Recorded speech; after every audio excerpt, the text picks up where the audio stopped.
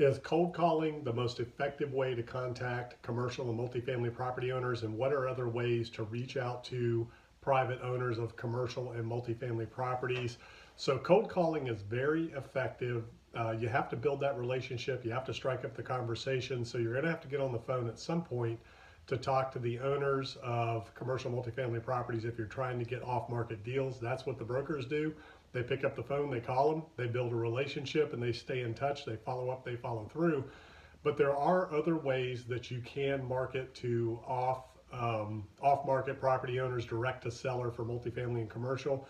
You can send letters, but you need to make sure that the letters are on professional letterhead, that you're not sending the typical direct mail postcards, direct mail letters that just look like junk mail, because a lot of people sort their mail over the trash. You want them to open it.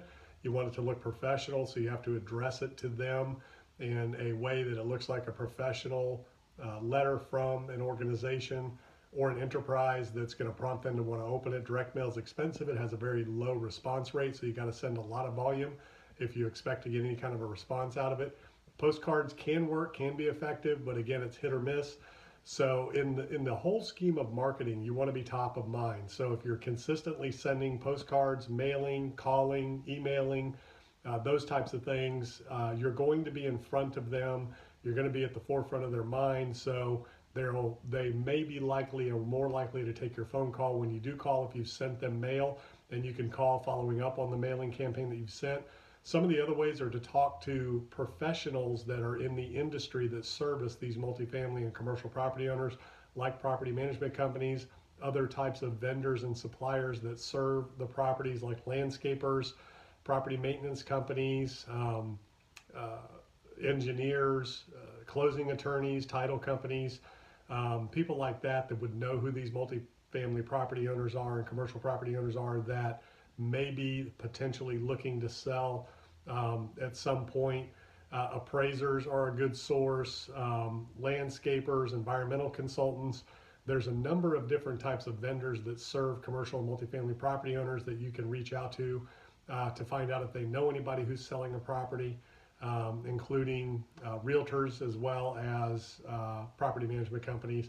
Realtors will have off-market listings, pocket listings, where they know of a property that's for sale, but the owner does not want to list the property, but they'll pay that realtor a fee for bringing them a buyer, or you'll have to compensate that realtor for introducing you to a seller that's interested in selling but does not want to list. So those are some of the ways to find commercial and multifamily off-property or off-market direct to seller commercial and multifamily properties.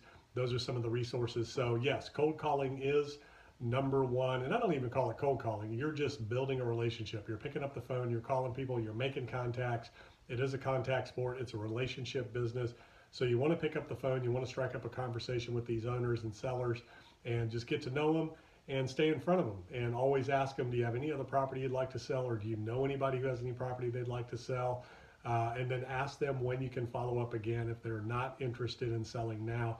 Everybody is a seller at some point. Everybody liquidates at some point. So the fortune is in the follow-up. You've heard that before. You want to consistently follow up and follow through with your list. And it all depends on the type of property and the owner and what they tell you in terms of how often to follow up.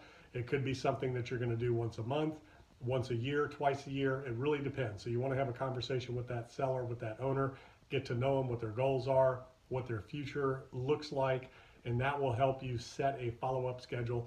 And make sure you have their permission. Just say, hey, I'd love to follow up with you in the future. Do you mind if I give you a call in 6 months, 1 year, 1 month, whatever it is?